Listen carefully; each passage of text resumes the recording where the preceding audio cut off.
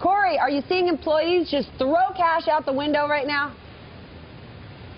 There actually are. There are people dancing on the streets. No, the reaction there are people in there actually watching television right now, looking at this pricing, trying to imagine what this means for them personally, I'm sure, and watching their company really take center stage in the global business media at the very least on a day when there's some pretty big business news out there like the ECB cut and other things as well.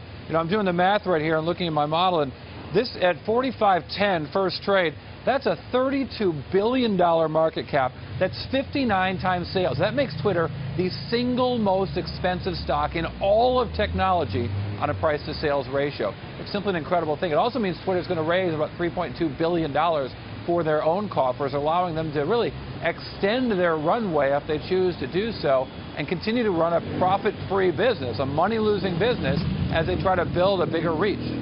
Corey, I don't want to be the spoiler here, but let's take everybody back 18 months to the Facebook Open. The comparisons with Facebook are inevitable.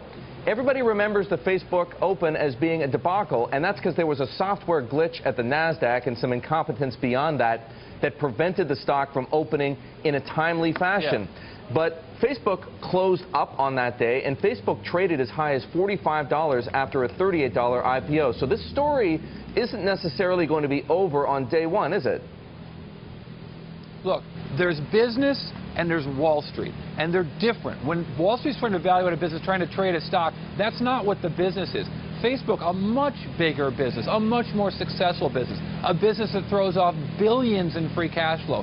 Twitter is nothing like that. It's infinitesimally smaller in regards to Facebook. Their users, any metric you want to pick, revenues, profits, the user growth, all those numbers, Twitter's nowhere, not even on the map compared to Facebook. So I think that, I think a lot of times we confuse what's happening on Wall Street with what's happening. And what's happening is that Twitter's at a very early stage of building what they hope to be a big business. Wall Street is giving them a lot of money to make that happen right now. But they're at a much earlier stage in Facebook, and they may never get to the size and scope of Facebook.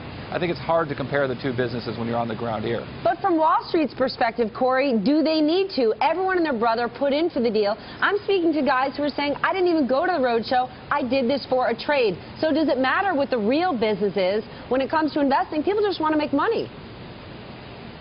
Yeah, I mean, I think that what Wall Street's doing with this stock, and it could be anything, right? They could be selling widgets, they could be selling whatever. I think that what Wall Street's doing with the stock is very interesting. I think the way that they placed the stock was very interesting. I thought that your reporting about putting so much stock in the hands of a relatively few amount of funds and then sprinkling a lot of the rest of it all over the place was a very clever move by Anthony Noto and the guys at Goldman Sachs who decided how to place this thing.